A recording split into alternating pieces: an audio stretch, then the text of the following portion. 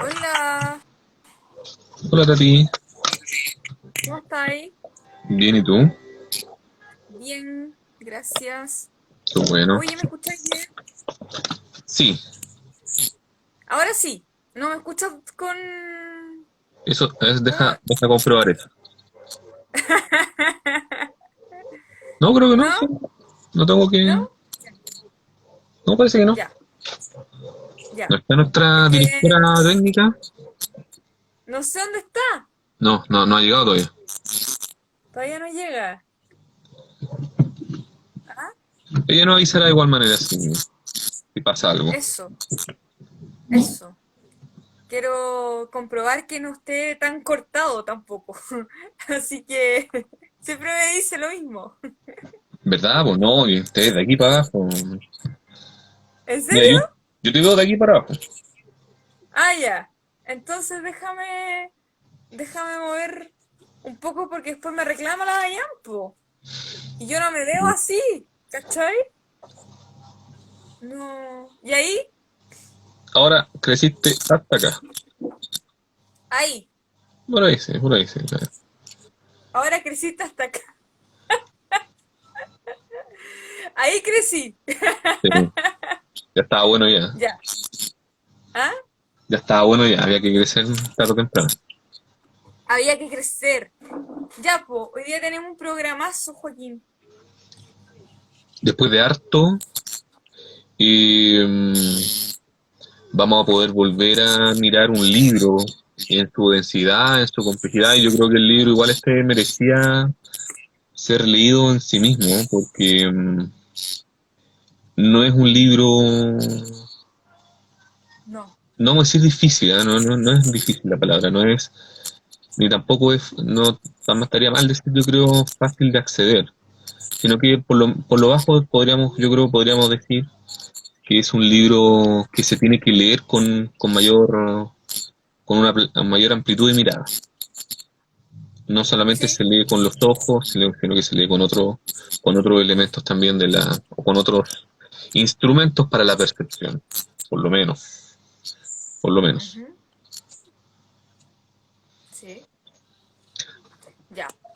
Bueno, hoy día vamos a hablar de el trabajo maravilloso de una poeta chilena, tremenda, que hoy día nos trae con un libro que lo comentamos hace un rato en Pauta, interpela desde distintos lugares, con una bellísima edición de la Universidad de Valparaíso. Eh, pero antes como de entrar al libro y a lo que hoy día trae escrito en braille, sería súper interesante también contar quién es Alejandra del Río. Lo importante también conocer a esta tremenda autora. Así que cuéntanos, Joaquín, quién es Alejandra del Río. Es una autora importante, eh, para saber un poco más y entrar de lleno Mm. a que hay también la historia tras bambalinas de este bellísimo braille. Bueno, acá está, escrito en braille, editorial UDP. Bueno, Alejandra del Río, poeta conocida como de la generación de los años 90, nacida el año 72, eso sí, aquí en Santiago. Licenciada en Ujú. Lengua y Literatura por la Universidad de Chile y Master of Arts en la Escuela de Trabajo Social Ah, en Berlín. No, no, no, muy bien. menor. Claro, exactamente. ¿Ya? Eh, y además de otros libros como El Yo Cactus, que ese es el primero de sus libros y escrito en braille, que es el segundo, publicado en el año 99. Tiene libros como Materialmente Diario, del año 2006, Dios es Yotro, del 2010, Llaves del Pensamiento Cautivo, del año 2015, Dramatis Personae, del año 2018, que también está en la editorial UDP, acá lo pueden ver, y Capuchita Negra, del año 2019. Es autora también de libros infantiles y un elemento que me interesa resaltar y destacar, que ella se ha destacado generando una labor como didacta en escritura creativa para difundir una manera de entender la poesía o la didáctica de la poesía desde la educación poética temprana, en donde trabaja con niños, niñas, jóvenes, profesores de distintas partes del país para pensar la poesía como una manera de hacer terapia, como una terapia Ujú. eh, com- compleja, completa para cada uno, dependiendo de las distintas dificultades que uno puede estar pasando, desde una psicología humanista transpersonal y sanación energética, eh, también siendo especialista en terapias expresivas. Yo, de hecho, te lo comentaba en pauta, yo conocí a Alejandra del Río por esa vertiente, porque ella es una de las... Tiene un método ahí bastante pionero, bastante interesante, eh, para poder trabajar con niños, niñas en su primera etapa, desde muy temprano, y, y además con poesía, que eso no es algo que se ve cotidianamente en el sistema ni educacional, ni en en los momentos, en los lugares de intervención social, entonces es algo bien llamativo, muy, muy interesante. Ella es Alejandra del Río. Y que acá tenemos la segunda edición de este libro que se llama Escrito en Braille. Como decía, la primera edición, el libro que se escribe en el año 96 y se publica en el año 99. Y que acá tenemos una segunda edición con algunas variaciones, pero rescatando un elemento que es central, que es esta escritura en braille. El libro tiene una textura, tanto en su poética, que posteriormente vamos a estar hablando, pero sí, también tiene textos que ahí yo creo que se alcanza a distinguir un poco, que está escrito con Sí, esta escritura en braille, en donde uno puede ujú. palparla, sentirla, tanto en la tapa, contratapa, como en el interior. En el interior también hay hojas que vienen escritas en braille. Ujú. Y comentar solamente que en la primera de las ediciones, el libro tenía también esta característica de que el título venía escrito en braille, pero que no venía ninguna escritura, al menos en la tapa, con la gramática que todos conocemos, sino que solamente venía sin, de hecho venía sin nombre, sin el nombre de la autora, sino que solamente venía escrito en braille, como en un ejercicio también de querer resaltar, fomentar y darle mayor énfasis a esta lectura que trata de dar Alejandra con este libro. Ujú. Sí, fíjate que mientras te escuchaba, estaba pensando en algo que una de las entrevistas que dio hace un tiempo atrás Alejandra del Río. Y una cosa súper importante pensando en este libro escrito en braille, me parece importante tomarla desde ahí, de lo que dice la propia autora. Voy a citar algo que ella dice. Me voy a girar porque tengo el computador acá. Entonces, justo ahí, em, ella dice, le pregunta, esta entrevista se la realizó Cristóbal Gaete a propósito de escrito en braille. Alejandra, ¿qué significa la voz para la poesía? La voz es tan potente que se puede transmitir en aparatos electrónicos. La poesía mueve las emociones porque es una expresión de la energía humana, porque cuando yo recito ese texto, tiene una intención y quiero que esa intención llegue al otro, no como los poetas que leen como si estuvieran leyendo una guía de teléfono. Nadie se tiene que emocionar mucho, todo tan cool, una lata. Tiene que pasarte algo con la poesía. Otros parecen discursos filosóficos, pero la poesía no te mueve a la emoción. Eso quería citar de Alejandra del Río. Lo que quiero decir con esto, que me quedo con las últimas palabras, tiene que pasarte algo con la poesía. Y creo que escrito en braille, en ese sentido, establece esa propuesta de cruzar esas fronteras en las que nosotros estamos como, no lo quiero decir como tradicionales, eh, como en lecturas, como cuando uno va, cuando uno lee. Yo creo que la propuesta en este caso, Alejandra del Río, es una propuesta diferente, una propuesta que traspasa y transgrede todo como de alguna manera lo establecido. ¿Qué es eso? ¿Qué quiere decir? Que va desde la lectura en sí hasta lo sonoro, lo rítmico. el tono, la textura, el hecho de elegir esta nueva edición que se sale el año 2020 con escrito en braille, el formato del libro también, que tiene este libro que bien como dice, se puede leer de distintos lugares, de distintos sentidos. Es un libro que te invita a ver, y cuando digo y empleo el verbo ver, no me refiero solamente a cuando uno se enfrenta a la lectura, lo que habíamos comentado, como tal, como los ojos, sino que los ojos pueden estar en el escucha, Claro, en la textura, cuando uno toca. Eso tiene que ver con las pulsiones que uno tiene, conectarse desde ahí, desde esa otra dimensión. ¿Y por qué lo digo también? Porque si uno va a la contratapa de este libro, tiene tiene esto que es para ser escuchado el libro. ¿Cómo se llaman estos QR? código QR, sí, Código QR. Aquí. Y uno puede escuchar el libro.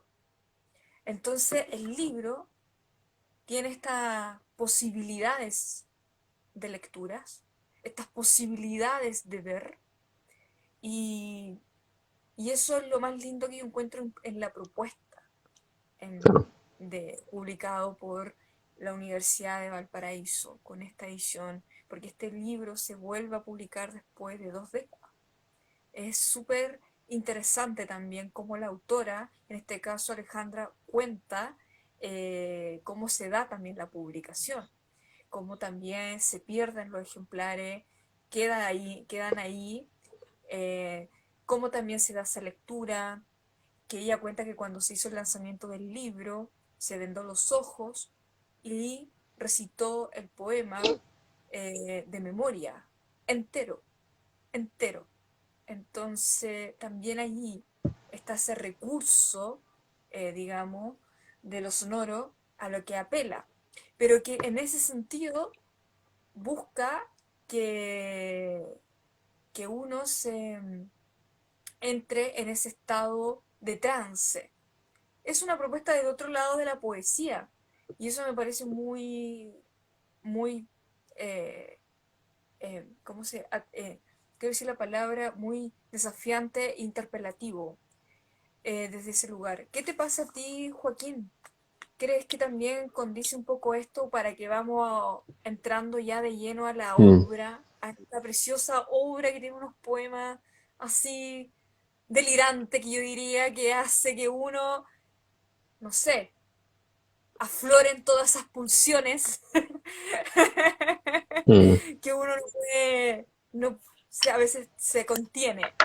Así que lo que provoca la poesía de Alejandra del Río, bueno, a mí me sí, provocó este libro, la relectura, porque yo había leído este libro antes, pero ahora al reencontrarme con él ha sido todo también un descubrimiento en ese sentido. claro. Mira, a mí me pasa de que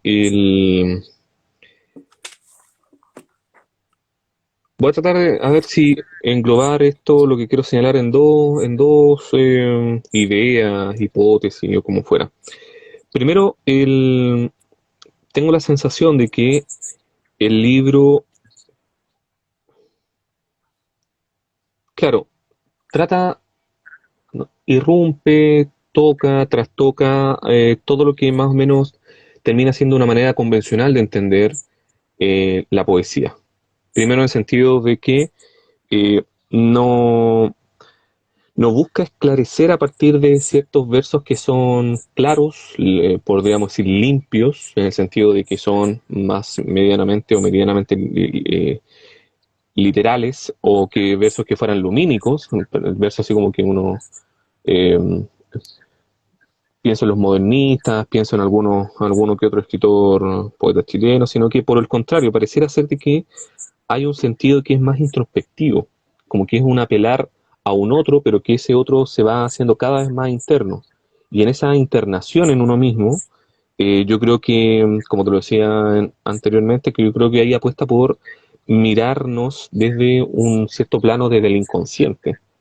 Tú hablabas de las pulsiones en términos psicoanalíticos vendrían a significar eso, estallidos de acciones que no pasan poco menos por el sedazo de lo racional, de lo consciente, de lo razonable o de lo que la sociedad te dice que tienes que más o menos comportarte dentro de un código cultural medianamente aceptado, sino que muy por el contrario, nace, se manifiesta y se manifiesta a través de una sensibilidad tiene una porosidad bien abierta. O sea, yo creo que recurre a elementos del simbolismo, de este simbolismo que es propio del inconsciente colectivo. Entonces, tú de repente haces mención a una torre y todos más o menos tenemos algo, alguna noción de lo que la torre puede llegar a significar, más allá de cómo cada uno lo interpreta. Entonces, se entrama ahí, yo creo, un encuentro que es bastante ralentizado. Uno lo lee y tiene que tomarse un tiempo para poder digerir esto. ¿Por qué? Y aquí va mi segundo punto. Porque la densidad de los poemas yo creo que tiene una espesura que es muy grande, y es muy grande porque acá está en juego la manera en cómo nosotros percibimos. Y eso es un tema no menor a propósito de cuáles los sentidos que en la gradualidad al minuto de percibir se imponen por sobre otros. Yo creo que en la percepción, al minuto de percibir, nosotros tenemos un protagonismo de lo visual, de la mirada particularmente. Ujú. Y leemos el mundo de esa manera. En este sentido no quiere decir el acto concreto de mirar algo y entenderlo, sino que leer en tanto comprensión del mundo. Y en este sentido, el libro que busca precisamente desprenderse de lo visual, en donde, por ejemplo, hay un verso al final del libro que dice que, no, ahí no, concordamos en que nos gustó muchísimo, cuando dice comencé a leer cuando dejé de ver. Sí. Hay algo en eso, de que puedo realmente darme cuenta cómo son las cosas cuando no necesariamente estoy mirando con los ojos. Si le pudiera otorgar protagonismo a otro sentido, y en este caso, como decía Aldous Huxley en el famoso libro Cuando se droga, cuando dice, si se abrieran las puertas de la percepción, este abrir de las puertas las puertas de la percepción, hace de que todo te entre de manera caótica, paradojal, Mm. caótica, contradictoria, pero ahí uno seguramente ve el mundo de una manera mucho más genuina porque no pasa por el sedazo en este caso de lo racional o del el emperador de los sentidos que vendrían a ser los ojos. Entonces hay una manera de comprender o de interiorizarse en las cosas que van más allá de lo que es estrictamente visual. Y eso le da mayor densidad, le da porque uno al final recibe estímulos de distintas partes. El libro propiamente tal tiene una textura, los poemas tienen una textura, una densidad, tienen un hermetismo propio, pero hermetismo que yo creo que se da porque busca indagar en claro oscuro que no apuesta necesariamente por lo visual. Entonces, en esa Porque indagación hay, no está la imagen así como tal, claro, no se trabaja desde ahí la claro. escritura, lo que Por se busca ejemplo, comunicar. mira, pensemos en un verso que conocemos bastante bien de Jorge Teilhard cuando decía que es la felicidad, un leve deslizar de remos en el agua. Ahí tú tienes una Sí. imagen clarísima que es tan literal, metafórica por supuesto, porque está apelando de que eso es la Sí, felicidad, pero es sí. tan literal que uno la puede La ve recrear. inmediatamente, Claro, inmediatamente se conecta con esa imagen. Aquí está esa complejidad, acá tenemos porque una te hace complejidad. estar en ese estado de suspensión de la conciencia, ¿me entiendes? Cuando tú dijiste esta cosa de ver el mundo, no desde lo obvio, que uno ve desde los ojos, ¿me entiendes? Desde lo propiamente visual. Podemos ver desde otros lugares, podemos conectarnos desde otro estado de conciencia para ver el mundo, para sentirnos, Ujú. para comunicarnos. Em, Hay algo que también me llamó mucho la atención y que te estaba escuchando, y también esta cosa que tiene el libro de la corporalidad, cómo está eh, situada en la escritura, cómo la toma ella y cómo se extrapola también en ese estado, en ese otro estado de dimensión en el que entra. Eh, es muy interesante también desde ahí. Y, y otra cosa que me parece, claro, porque lo que quería decir en el fondo es que este uso, esta corporalidad que se da, es tomada para que uno conecte desde los sentidos, desde el lugar, desde las pulsiones que uno tiene. Claro, Por eso cuando tú diste este ejemplo, Jorge Telier, es muy interesante porque lo que tiene escrito en braille no es que, como habíamos hablado hace un rato atrás, no es que no hayan imágenes, sino que no son tan literales, no se da de que el lector, en este caso, tiene que hacer un cierto trabajo, mm, una segunda, una tercera lectura, ¿me entiendes? no es Sino gráfica. está, no es gráfica, claro, Mm, no, tú puedes entrar en ese estado de suspensión sin entrar en mucho en intelectualizar o preguntarte qué está diciendo. ¿Me explico? ujú, Sino que más bien conectar desde las emociones con todo lo que aborda el libro, claro, las temáticas. Además, la lectura, como está establecido el libro, como está en estructura, en formato, también te va guiando. Tú también vas leyendo de una manera muy pausada, suspendida en el tiempo. Es como ir uno hacia adentro, ¿sabes? Todo el tiempo y estar ahí. Bueno, a mí me pasó eso, es como quedaba en esos estados de suspensión y sobre todo porque hice la lectura como lo propone de alguna manera el libro. Bueno, ya, cuando uno tiene esto escrito en braille, tú puedes tocar y claro, sientes, ¿ya? Eh, puedes ver lo visual como tal, leerlo, y puedes escucharlo. En esa escucha es otra manera de ver, de claro. entrar en el texto, de conectarse desde ahí. Eso, eh, no sé si te parece que vamos mostrando entonces cómo se da, Sí, mira, más allá de solamente nuestro análisis. apuntar un último elemento que eh, Alejandra del Río comenta en alguna entrevista por ahí, o en el lanzamiento, creo que fue en el lanzamiento, bueno, relanzamiento. Ujú. Menciona de que ella escribió este libro en una época en que estaba trabajando en una Ah, sí. biblioteca y menciona de que ahí había una persona ciega, entonces ahí se inmiscuye en esta escritura en braille. Y a propósito de eso, cuando leía los poemas yo pensaba, ¿cómo lo hace una persona que no tiene visión para formarse un horizonte visual si no es a Claro, través de eh, referencias que son simbólicas?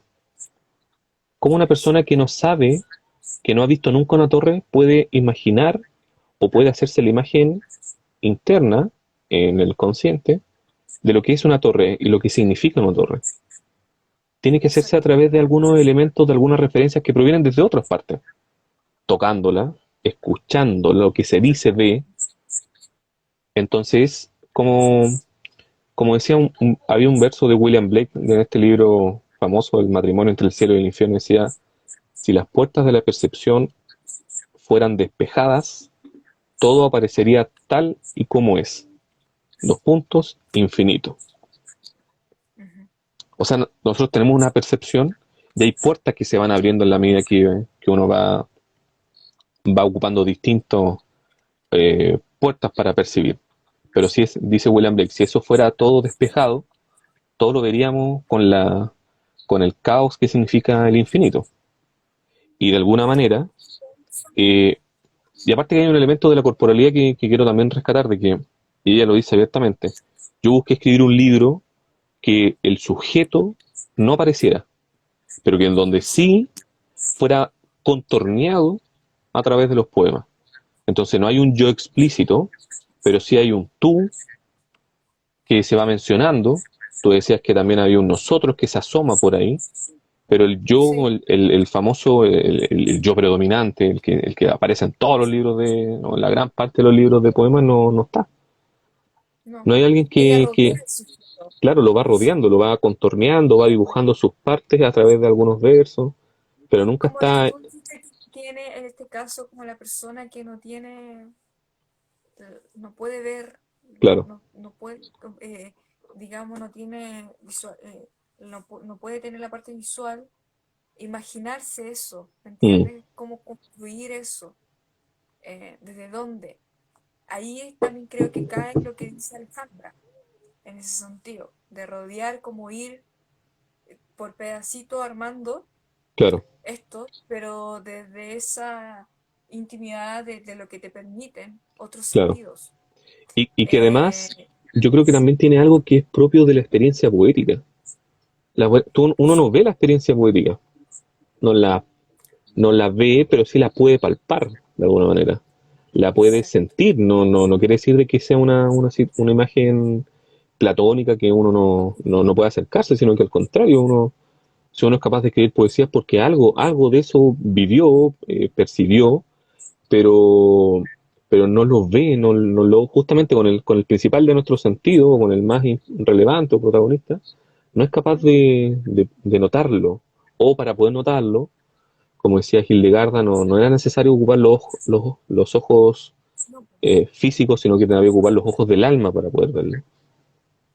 es lo que estábamos hablando hace un rato. Mm, Fíjate que hay algo que es muy interesante que acabas de mencionar tú, que me acordé, con esta cosa de la que es la inspiración. mm, Porque, ¿verdad? ¿qué lo menciono? Porque Alejandra, hay algo que me llamó mucho de todas las cosas que dijo en la presentación de este libro, que cuando me puse a ver después sobre escrito en braille. Una de las cosas que menciona, que esto ya traspasa el libro, cuando, si existe realmente la inspiración, y qué es la inspiración en poesía, digamos, si una persona puede escribir desde la inspiración, está, y ella sostiene que sí, que en el caso de escrito en braille le pasó, que todo el tiempo escuchó una voz que le decía que tenía que escribir, reproducir eso, una y otra vez incluso. Fíjate que ella dice, puede pasar, pero no es algo que les pueda pasar a todos, no es, eso es la belleza también que tiene ese otro lado de la poesía, creer en eso. A mí, ella dice, me pasó, conecté desde ese lugar, Claro, entré en otras esferas que me permitían el uso de la escritura y la hice y la materialicé y la llevé a un texto. Entonces, en ese minuto sí, me sentí en ese otro estado de conciencia que probablemente se podría llamar inspiración, que me claro, llevó a escribir este libro. Y ella dice, pero también, así como creo que existe, también existe el otro lado de que tampoco uno realmente se inspira para escribir en otro espacio. Y, y es muy interesante porque es una discusión eterna que siempre se ha hablado, sobre todo en poesía, de que si realmente el poeta se inspira para escribir claro, eh, lo que quiere transmitir y expresar. claro, Bajo ese criterio creo que sí, o sea, también esto pone en discusión y me gusta porque finalmente volvemos al punto que siempre es como nada en poesía es absoluto, claro, nada en poesía puede ser determinante, nada puede decir esto es blanco o esto es negro, es también en lo que tú dijiste a partir de la experiencia que te da la escritura, cómo claro, tú también vas haciendo ese estado de comunión, ¿me entiendes? Y ahí desde qué lugar te pasa ese proceso de escritura. Es súper interesante porque eso es algo que siempre se pone ahí en la palestra para decir si realmente existe o no existe. Y esto no, lo que me hizo, el clic que me hizo hacer la Alejandra del Río con esta explicación que da a propósito de escrito en braille es que no hay nada finalmente que pueda definir esto es A o esto es B, esto es posible y esto no es imposible. Se puede dar, sucede. claro. Y a veces no tiene una explicación, digamos, una definición. digamos, más pragmática, porque si no, no claro. tendría ningún sentido, creo yo.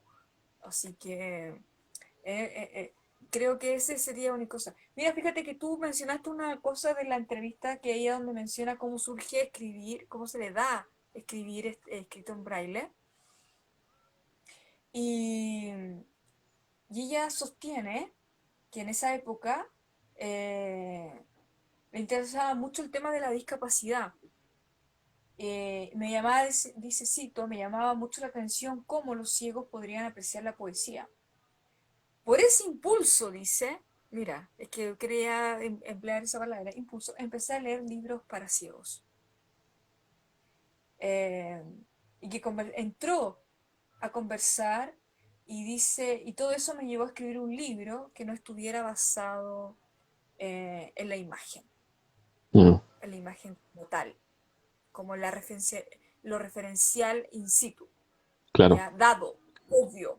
Mm. Eh, Que hay eso, algo, y no, y que además que, bueno, como siempre trato de al menos de entenderlo, eh, va en una suerte de contrasentido con la poesía que se estaba leyendo mucho en ese tiempo, que lo señala abiertamente. O sea, veníamos en una época muy parriana, donde Parra era una de las figuras dominantes de la poesía, y la poesía de Parra es muy referencial. O sea, hace, menciona cosas que están ahí permanentemente, visuales, no juega con mucho más allá que eso, eh, sin que con ello uno quiera decir de que, bueno, Parra, no, sino que hay un modo de leer. Todas las épocas de alguna manera son determinadas por un modo de leer particular, y en ese tiempo el estándar de alguna manera era Parra y toda la antipoesía que tanto él como sus discípulos, ¿no? O sea, son los que lo seguían al menos buscaban hacer. Y esto va en un contrasentido muy complejo, porque va complejizando un modo de leer en ese momento, al punto de que hace de que sea, parezca una poesía muy incomprendida, parezca una poesía muy críptica, parezca una poesía hermética, parezca algo como, de hecho el título casi como que es tomado, es como casi como una crítica negativa, pero ella lo toma como el punto medular de lo que estaba buscando hacer, que es escribir en braille. Y ella le dice, no, oye, pero esto no, como le decían, no es malo, pero parece que esto era escrito en braille. Y dice, bueno, pero ahí está justamente el punto, de que no estoy tratando de referenciar las cosas o referenciar los poemas, sino que estoy tratando de darle una textura que se va a tener que mediar mediante otro sentido. Y eso va a ser más compleja la lectura, pero la va a hacer, le va a dar mayor complejidad a, a, a estos poemas, a estos versos. o- claro, porque es como entrar en otras fronteras de la poesía, claro, porque este lado que explora la autora, la Alejandra, no es algo que uno hable mucho en poesía, cuando entra en el análisis. claro. De hecho, cuando ella escribe el libro, todos le decían que no entendían que lo que había escrito, Mm, porque hay como toda una cosa de cerrada, de, de más que comprenderla, de experimentarla, de claro, enfrentarse al texto de una manera mucho con menos prejuicio, con más, eh, si uno, claro, se desprendiera de eso, logra entrar en el texto porque no necesariamente, y aquí hay una discusión también, otra más de las tantas, hay que comprender en poesía lo que uno está leyendo. Esa es una, hay que hacerlo. Uno tiene absolutamente que no. leer. O sea, no, ¿viste? O sea, no te... Lo que pasa es que lo que hace la poesía, y en eso coincido con ella, la poesía te mueve, te Claro, provoca, te interpela, claro, estás permanentemente moviéndote, te está generando algo. Y la poesía, en este caso, puesta desde este lugar, hace que quizás se sienta más hermética, más compleja, pero no es menor, mm, ¿me entiendes?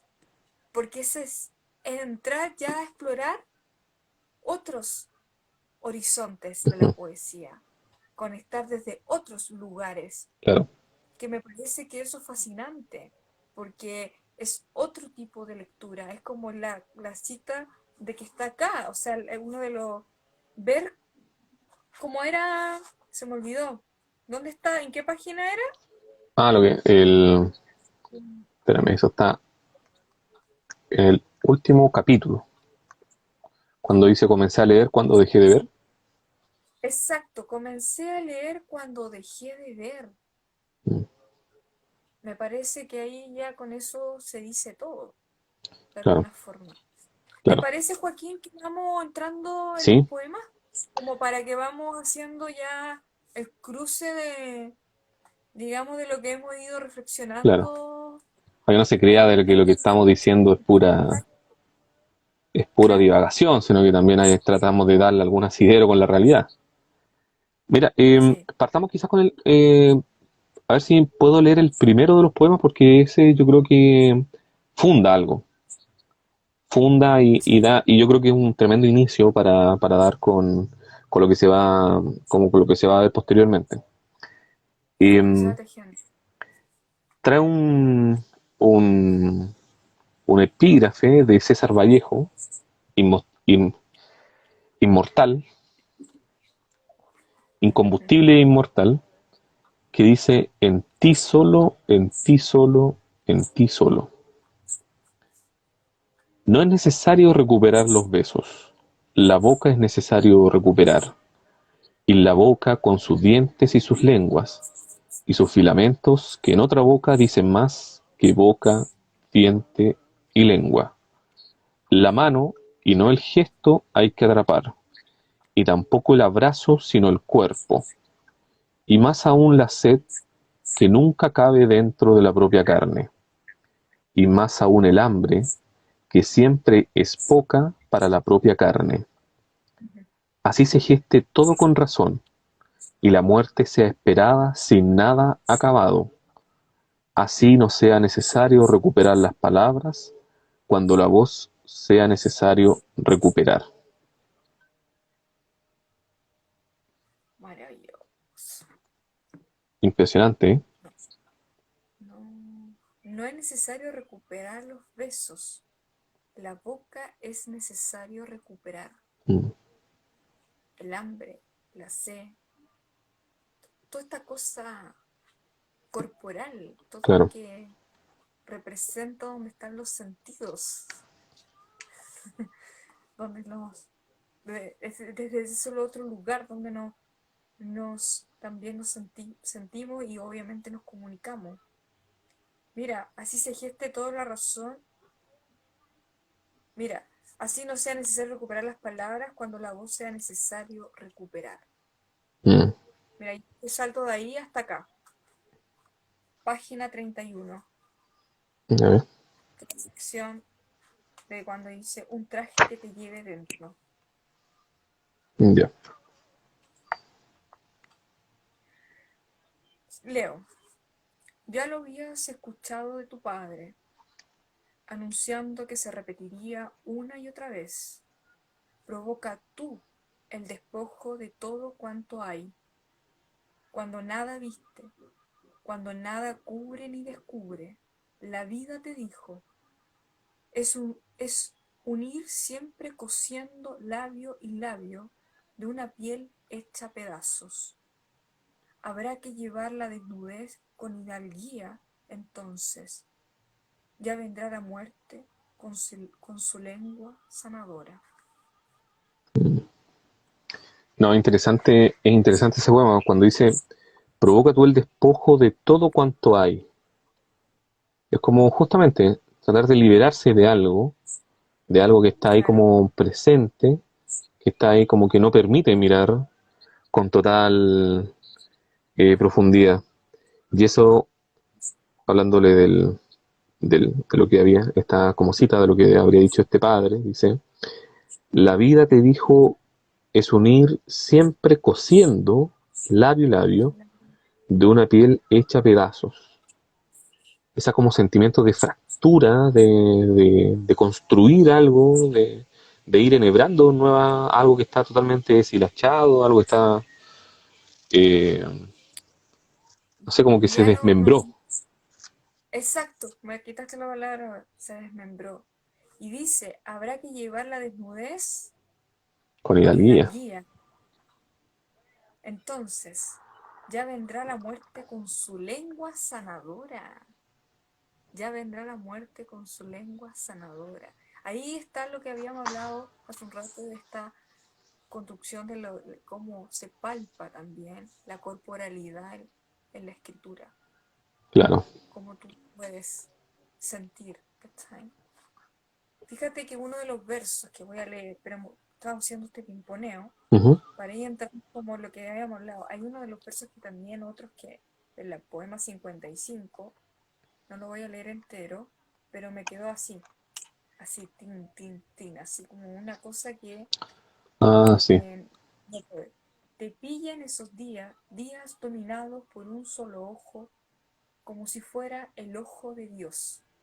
Mm, Aquí entra toda esta cosa de la noción, eh, digamos, de lo visual, de lo de ver. claro, Te pillan, voy a leer de nuevo, sí. días dominados por un solo ojo, como si fuera el ojo de Dios. Te pillan esos días resistiendo, resistiendo, resistiendo la llegada de un niño casi ave vestido con plumaje de miradas. ¿Cachai? Plumaje de miradas. De nuevo, Sí, de miradas. ¿Cachai? claro. No, tiene. Y Que al tú, final, no, y al final es como, claro, es dar cuenta de que la mirada no es una. Mirar no es predominio, no es exclusividad del ojo. Hay algo más que se puede también mirar, no tan solo va por ahí. Mira, yo creo, a ver, creo que este poema también va, claro, este poema va en esa senda, mira. Ya dando también otras luces de dónde observar. Este es de la página 23. Este, ok, este, este poema seguramente es un poco más, no, creo que no es tan hermético o críptico como los otros. Pero veamos a ver qué sale. En las sombras blande un hacha cierta niña que ya recogiendo piedras por el camino. No lo dice, pero se escuchan. Clamores que no la dejan respirar. Azotes y clamores en las sienes, en los hombros, y filudos soldados equilibrando una marcha por su espalda. No lo grita, pero se sabe. Un pez de alas plegadas, una proclama de hacha en bandolera, de golpe seco en la penumbra, y cuerpo desperdigado por el camino. No se escucha ni lo escucharíamos jamás, pero a esos retazos ya le están saliendo rostros y alas mm, nuevas. claro, tiene eso que te acabas de decir tú, que se va, rodea acá Mm, los sujetos, no cae, la imagen no está tan establecida, no es tan referencial, eh, ¿sí? No lo grita, pero sabe, no lo grita, pero se sabe, un pez de alas plegadas. mm, Mira ese verso. sí, No se escucha ni lo escucharíamos jamás, pero a esos retazos ya le están saliendo rostros y alas nuevas.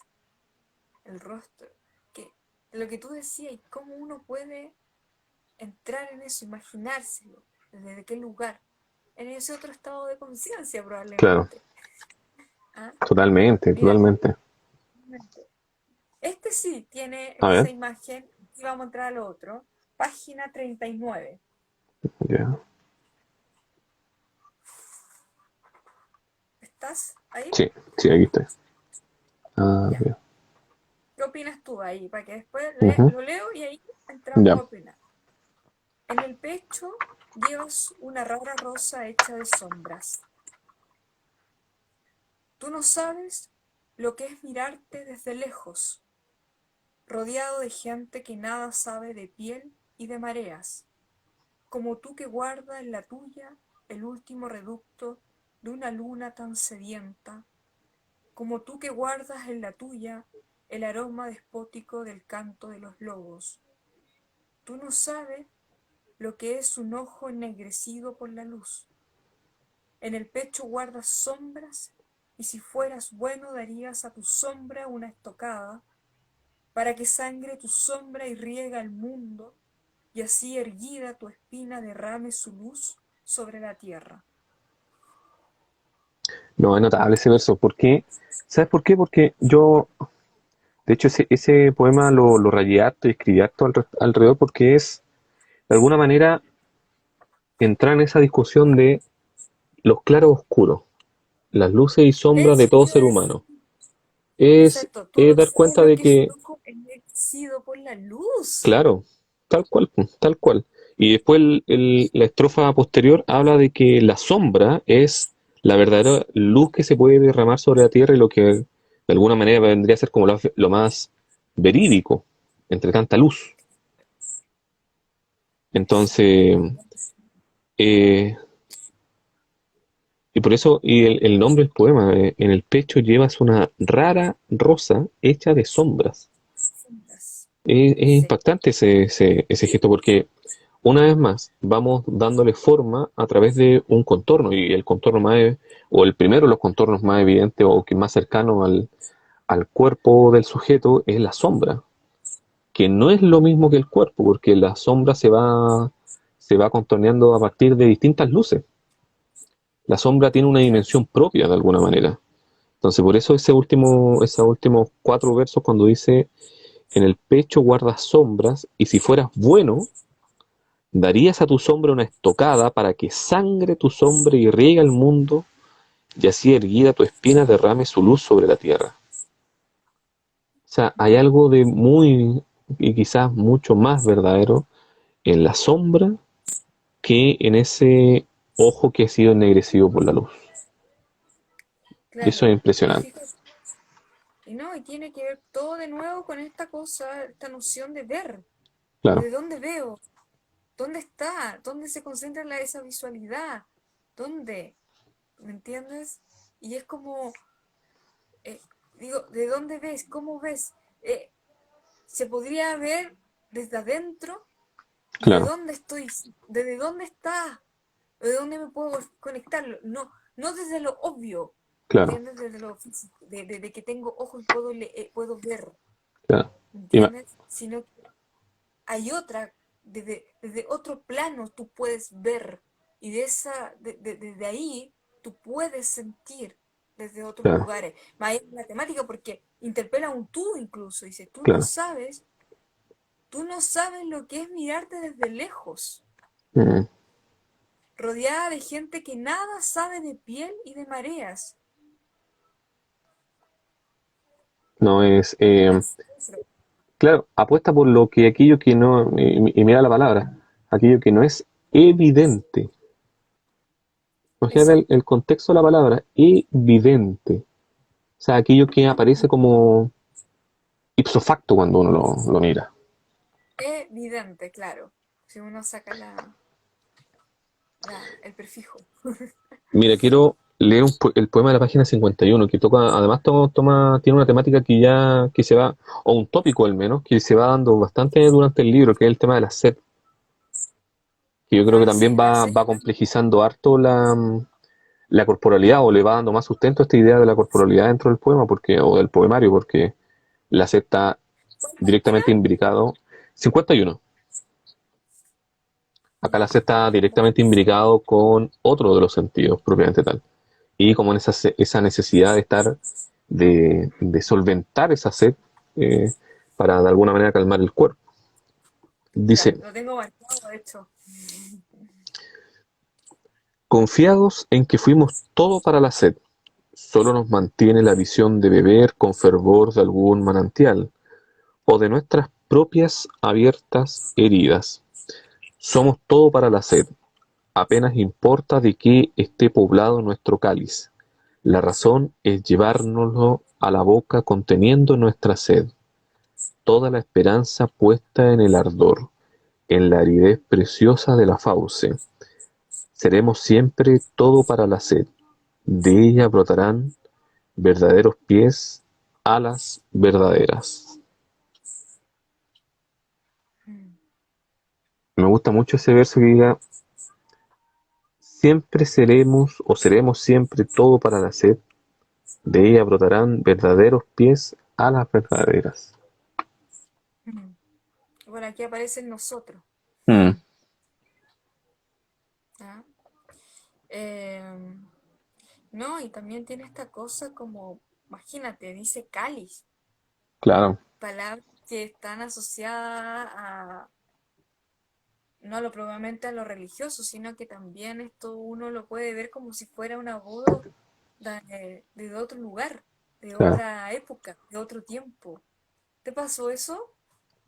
Como viene desde una voz que viene a destiempo, ¿cachai?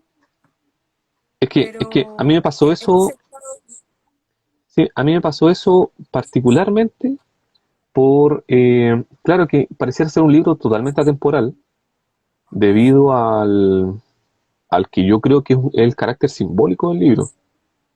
claro, Entonces, claro, no, como toma como su principal, por decirlo de algún modo, referencialidad, proviene desde el inconsciente, no, es- el inconsciente es atemporal, totalmente atemporal, no está mediado por el imperio del tiempo, sino que por el contrario, tiene su propia temporalidad que va mucho más extensa o a lo menos funciona bajo su propio ritmo, nada cercano a lo claro, que, y a lo que hemos hecho nosotros. mira, no sé si es la palabra que debería como emplear, pero ese estado como superior al que uno Mm, entra, donde se transporta a ese lugar más sublime que no está acá, ¿me entiendes? Entras en otro estado. Eh, Me acordaba de poemas dialogando. Me parecía haber leído esto cuando leí, pero no es lo mismo, evidentemente, a la, a la Teresa de Ávila, a la Hildegard von Bingen, porque la Hildegard es es visionaria, es, es todo, hay una propuesta sobre, es una mística. Y bueno, claro, ahí entre otro tema la que es la mística. Y creo que se me cruzaban los poemas de Alejandra con eso de repente. Entrar en esa esfera de lo que cuando, por ejemplo, en la propuesta, si mal no me equivoco, cuenta Teresa de Ávila de cómo tú puedes llegar a los pasos que tiene que seguir un ser humano para llegar en comunión con un ser divino que no está acá. claro. Y es completamente corporal, no solamente es espiritual, sino que también hay mucha corporalidad en lo que ella sostiene en esos pasos, que son creo cuatro, para poder llegar a ese estado de comunión, de superioridad, estado sublime del ser. Mm. Es interesante. No, yo creo, Ahí, yo por eso te decía de que a mí me hizo recordar mucho y además porque estaba en el taller estábamos justamente haciendo una reflexión sobre eso, sobre el protagonismo de la mirada, de lo visual, mm, y yo les recordaba esta frase de Hildegard de que cuando venían los padres de la iglesia a preguntarle, bueno, sobre sus visiones, a ver tú entonces, ¿cómo eran estos caballos o lo que fuera? No me recuerdo alguna visión de Hildegard. Y le decía, no, pero es que a ver, yo no estoy entendiendo esto con los ojos, con mis ojos, estoy mirando, estoy leyéndolo con los ojos del alma. Entonces de claro, repente habían referencias literarias que no se ajustaban a lo que se supone que los padres de la iglesia sabían de cómo tendrían que ser las visiones provenientes del Dios mm, cristiano, por lo menos. Entonces, bueno, lo primero que había que despejar si era este Dios o era el otro, el Dios de la vereda contraria. Entonces, claro, hay una constante búsqueda de hacer notar algo que puede resultar muy evidente, pero que a la luz de los ojos no va a ser evidente. Porque mm, los ojos están mediados, además que los ojos son el principal mediador para la llegada al consciente o el inconsciente o a las distintas etapas de la psique. Además, los ojos ya están mediados por lo que decía un poema anterior, por una luz que ennegrece. Claro. Entonces, de alguna manera es como decir, bueno, pero a ver, todo lo que parezca estar muy iluminado, habría que despejarse un poco de esa luz, Mm. porque no nos está permitiendo ver o observar con total claridad. Ver desde ese, claro. ¿Cuál Y ya sería esa eso, claridad de dónde ver?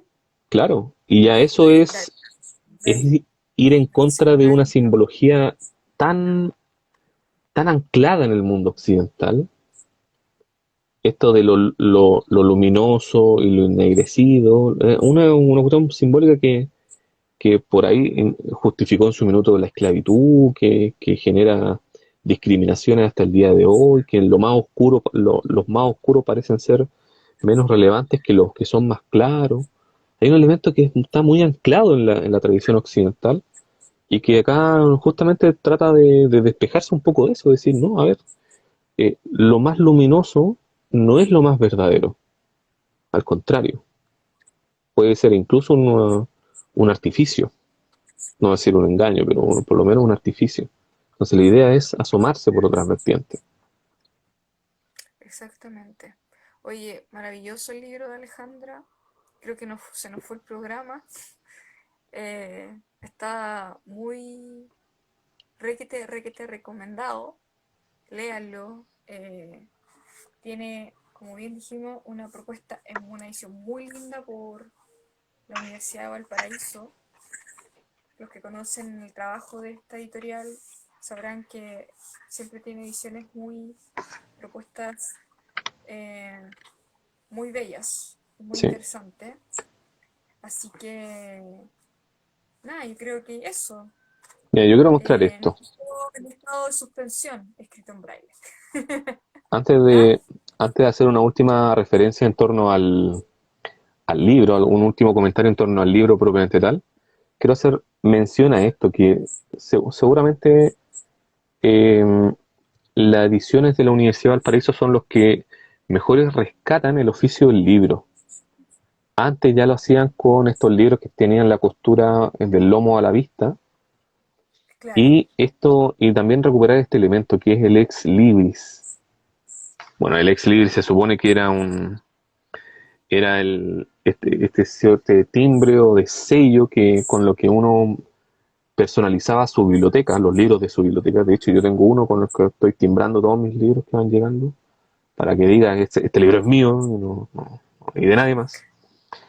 Pero también tiene otros elementos como, por ejemplo, la guarda, esta famosa guarda que es esta hojita que va al inicio y al final que protege de alguna manera de la humedad los libros. Eh, Libros con solapa, que eso por favor, libros con solapa, es muy Oye, importante. abrí el libro y te diste cuenta de esto que está escrito delante de la solapa y detrás. Sí, sí, Que no, es dice precioso. que se funda para ti un país de pieles, azoteas y naufragios. Maravilloso. Y termina también con otro Sí, verso. con otro verso más. Y levanta tu país como una torre en el exacto lugar del llanto. No, precioso. Y aparte que en sectores Ideas. escondidos. Sí, por eso. Entonces es un O sea, descubrimiento. es un descubrimiento cuando tú te enfrentas a este tipo de libro que no, que es tan íntimo también, ¿no? Y además tiene esto del código QR que tú lo puedes escuchar con la voz de la poeta, Mm, sí. entero. Así que maravilloso. No, buenísimo libro. Mira, ahí tengo mi ex libris. Ah, ¿Cachai? buenísimo. Entonces todos mis Oye, quedó libros, pendiente de hablar de los libros, sí, del valor. ¿Te acuerdas que habíamos dicho esto de darle la importancia al libro? claro, No como política, sino como un arma de vida. Bueno, claro. eso sirve mucho. Estoy leyendo el libro de la Irene Vallejo, que está tan ahora en la palestra, en Infinito en un Junco, que habla sobre la invención del libro antiguo. Así que es toda una historia de cómo se va dando el proceso del libro hasta nuestros tiempos. Notable, notable. Y cómo en la antigüedad el libro, o sea, fue así, más que crucial, fue un temazo para armar las tremendas bibliotecas Claro, y tener primeras ediciones, por sí, pues. ejemplo, de toda la filosofía de Aristóteles, Platón, la tragedia, la épica, todo, toda la literatura antigua. No, notable. Interesantísimo. Un día podríamos hablar de Y ese bueno, libro. Tú me lo has mencionado sí, siempre con buena... Y yo lo tengo acá. No lo he ya, podido sí, ahondar todavía, pero yo hay lo que... estoy, es que como uno lee siempre en paralelo, entonces me lo voy a leer de repente por ahí y, y voy y me meto en el libro y es muy entretenido, muy entretenido. A mí me encantó, me ha encantado el libro. Creo que es un libro muy, eh, bueno, los que han leído y nosotros que tenemos formación también en esto, te vaya a acordar de cosas cuando te leíste la Odisea, la Ilíada, ahí entré a dialogar con otros libros que ya pasaron por uno, Ya, entonces se te hace mucho más entretenida la lectura, porque no están contados desde el lugar que uno lee cuando leyó en algún momento análisis sobre las obras de Homero, ¿cachai? O sea, no tiene esa cosa academicista para nada. Es muy narrativo, muy de contar, muy ya. apelando a la oralidad. Entonces, eso yo creo que es un punto a favor del libro, la oralidad, el escucha, eso. Entonces, como que estuvieras ahí escuchando que te están contando, ¿ah? Como fue contado la Odisea, la Ilíada, todo esto, ¿ah? Creo que eso lo hace también un libro más lúdico, entretenido, pero tremendamente, eh, digamos, con una tremenda investigación con respecto a la invención del libro. ¿Cómo se dio el libro? ¿Cómo llegamos a eso? ¿Cómo? ¿Cómo estamos en esto? ¿De dónde viene? Todo ese camino. Así que interesantísimo el trabajo que ahí hizo la escritora Irene Vallejo. Eso. Ya, pues nos despedimos hoy día. Era un viernes. Eh, Habíamos estado siempre, tenemos algunos percances, pero siempre volvemos Sí, aquí. siempre volvemos al origen. Ya haciendo un poco de resistencia. Así que nada, este programa fue dedicado a un libro que nos pareció muy interesante e importante recomendar también, de contar un poco. La idea es que también los lectores y las lectoras puedan descubrirlo. Nosotros también divagamos un poco, pero la idea es que todos estos tips, estas impresiones, diálogos, conversaciones, eh, ayuden en la lectura, pero no podemos entrar Claro, no. así del todo, porque que cada uno viva su experiencia con el libro, porque sería matar la magia de escrito en braille. Así Claro, no. Y que la idea eso era. es seguir la conversación, ¿no? Así esto es un puntapié para comenzar a hablar, pero no. O sea, y como bien Exacto. se decía en el epílogo, o sea, han bastado o han sido necesarias en algunos casos eh, dos, tres, cuatro lecturas para poder dar con un nuevo sentido.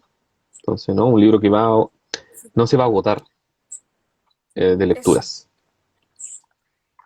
Es totalmente de acuerdo. Ya pues, compañero Joaquín, nos estamos viendo en otro episodio. Estamos ahí, vamos a anunciar que se va a venir también otro programazo. Programazo. Así que sí, No, buenísimo. Buen, ya. Ahí lo vamos a estar anunciando cuando vuelve otro episodio en Busca del Tiempo Perdido. Le agradecemos a la gente que nos escuchó. Ojalá que lo hayan disfrutado. Nos vemos, compañero Joaquín. Que estén muy bien. Se va ahí con Edgar Allan Edgar Poe Allan Poe. en una noche un Noche viernes. oscura, noche Así oscura. que noche oscura va a venir el cuervo. Un Va a día de venir el oscuridad cuervo. tendría que estar él, pues, así Sí, que no podía faltar. sí, ya, Ya, ya. Nos nos vemos. despedimos. Chao, que estén Chao, muy chao. bien.